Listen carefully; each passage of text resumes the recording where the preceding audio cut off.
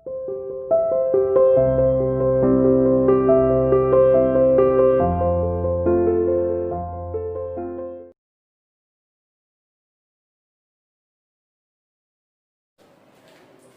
9th class students, this is your English teacher and I welcome you in your online classes.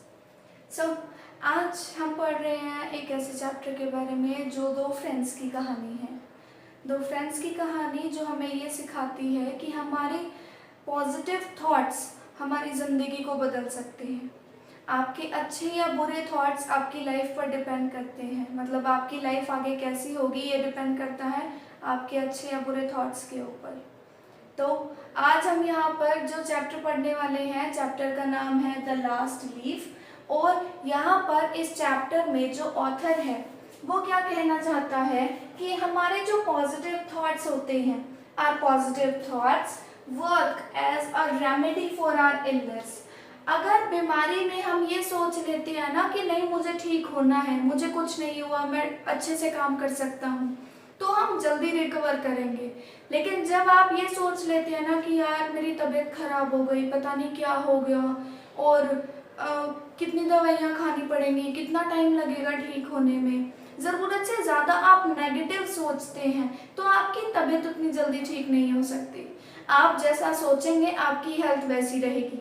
Positive सोचेंगे तो अच्छी रहेगी, negative सोचेंगे तो बुरी रहेगी। अब जो ऑथर है वो कहता है कि हमारे पॉजिटिव थॉट्स हमारी बीमारी में एक इलाज का काम करते हैं। आपने सोच लिया कि सब अच्छा होना है तो अच्छा ही होगा। अपोजिटली, इसके अपोजिट हमारे जो नेगेटिव थॉट्स होते हैं वो हमें डिप्रेस करते हैं। हमारे नेगेटिव थॉट्स हमारे दिमाग में बुरी चीज़ें भरते हैं और हमें बहुत ज़्यादा स्ट्रेस में डालते हैं, बहुत ज़्यादा एंजाइटी, बहुत ज़्यादा परेशानी हमारे अंदर क्रिएट करते हैं, जिससे हम हर अच्छी चीज़ के अंदर भी बुरा सोचना शुरू कर देते हैं। आप अच्छे से अगर पढ़ाई कर रहे हैं तो आप ज़्यादा अगर पढ़ाई भी कर रहे हैं ना, और अगर आपने नेगेटिव सोचना शुरू कर दिया तो आपके नेगेटिव थॉट्स क्या मतलब आपके मन में आपकी जो कॉन्शियसनेस है आपको ये बार बार एहसास करवाने की कोशिश करेगी कि ज़्यादा पढ़ाई करना भी नुकसानदायक है। ज़्यादा पढ़ाई करोगे तो दिमाग पे बर्डन आएगा, स्ट्रेस में चले जाओगे, डिप्रेशन में हो जाएगा। तो ऐसा कुछ भी नहीं है। इसीलिए जितना आपको पढ़ना है आप अपने हिसाब से अपना टाइम सेट कीजिए और अपना पढ़ाई करना स्टार्ट कीजिए। यही चीज़ उसी एग्जाम्पल में अगर हम चैप्टर के से रिलेटेड इसको लेते हैं तो जैसे मैंने अभी बताया पढ़ाई के लिए, वैसे ही यहाँ दो फ्रेंड्स की कहानी है और उनमें से एक फ्रेंड ने अपनी बीमारी की वजह से ये मान लिया है कि वो अब बच नहीं सकती क्योंकि वो रिकवर नहीं कर पा रही है। हर बीमारी को ठीक होने में टाइम लगता है। ऐसा तो है नहीं कि जुकाम हुआ और 2 घंटे में ही जुकाम ठीक हो गया। इवन कोल्ड जो है वो भी तो आपको रिकवरी के लिए टाइम लगता है ना, कोल्ड में भी तो रिकवर होने में टाइम लगता है। उसको जो फीवर है, जो निमोनिया उसको हुआ है, उसे लगता है कि वो अब कभी ठीक नहीं हो पाएगी और उसकी ये सोच that she can never get better, she can never get well soon, वो जल्दी ही अब ठीक नहीं हो सकती है। यहाँ पर जो उसके नेगेटिव थॉट्स हैं वो उसकी बीमारी को वर्स बना रहे हैं, उसकी प्रॉब्लम्स को क्रिएट कर रहे हैं और भी ज़्यादा बुरे तरीके से। वो ठीक नहीं हो पा रही है, दवाइयाँ असर नहीं कर रही है, हर चीज़ में वो बुरा ही बुरा सोचती जा रही है। तो किस तरीके से उसकी फ्रेंड हेल्प करती है अपनी फ्रेंड को, मतलब स्यू एंड जॉन्सी नाम की जो 2 लड़कियां हैं, किस तरीके से जो फ्रेंड है वो उस बीमार लड़की को मदद कर रही है रिकवर होने में, उसके थॉट्स को पॉजिटिव रखने में, ये हम चैप्टर में पढ़ते हैं। तो चलिए टेक्स्ट की तरफ चलते हैं और देखते हैं कि आप अपने पॉजिटिव थॉट्स को कितने अच्छे से हैंडल करते हैं और नेगेटिव थॉट्स पर कितना कंट्रोल करते हैं। Let's start reading your text now. It is autumn, ये पतझड़ का मौसम है। The wind is blowing hard, हवा बहुत तेज़ी से बह रही है। And it is raining heavily, और बारिश भी बहुत ज़ोरों से हो रही है। All the leaves on an EV creeper have fallen. एक ईवी की बेल है, ईवी एक बेल का नाम है। उस ईवी की बेल पर जो पत्तियां हैं वो सारी गिर चुकी हैं, एक्सेप्ट वन, सिवाय एक के। Why doesn't the last leaf fall? तो फिर आखिरी पत्ती क्यों नहीं गिरती? जब सारी गिर चुकी, एक बची है, आखिरी क्यों नहीं गिर रही? Sue and Johnsy, two young artists, shared a small flat. Sue और जॉन्सी नाम से 2 आर्टिस्ट थी और एक ही फ्लैट में रहती थी। वो दोनों बहुत अच्छी फ्रेंड्स थी।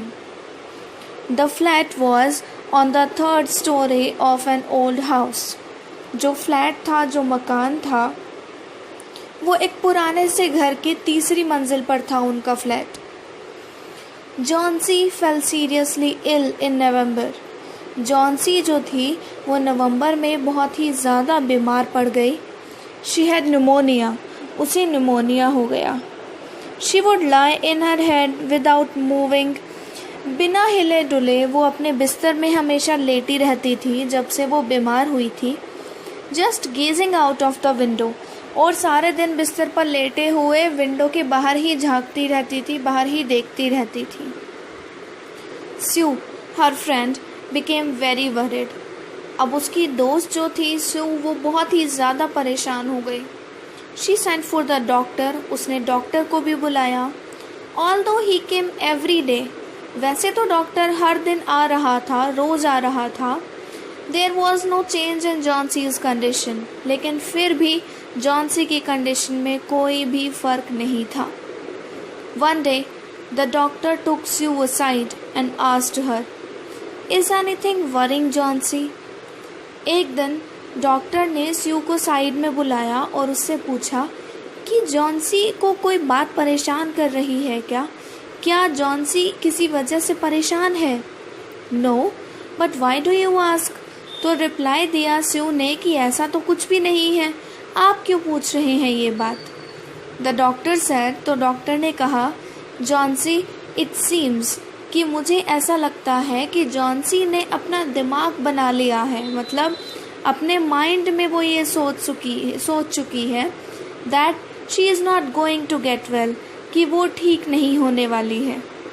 If she doesn't want to live, अगर वो जीना ही नहीं चाहती, अगर उसके मन की इच्छा ही ख़त्म हो चुकी है जीने की, medicines will not help her, तो दवाइयाँ उसकी मदद नहीं कर पाएंगी। Sue tried her best to make Johnsy an interest in the things around her. Sue ने हर एक कोशिश की कि वो जॉन्सी का अलग अलग चीज़ों में, अपने आसपास की चीज़ों में इंटरेस्ट तैयार कर पाए। She talked about clothes and fashions, but Johnsy did not respond. Sue बहुत सारी अलग अलग चीज़ों की बातें करती थी, जैसे कपड़ों के बारे में, फैशन के बारे में, लेकिन जॉन्सी कभी भी कोई रिस्पॉन्स नहीं देती थी।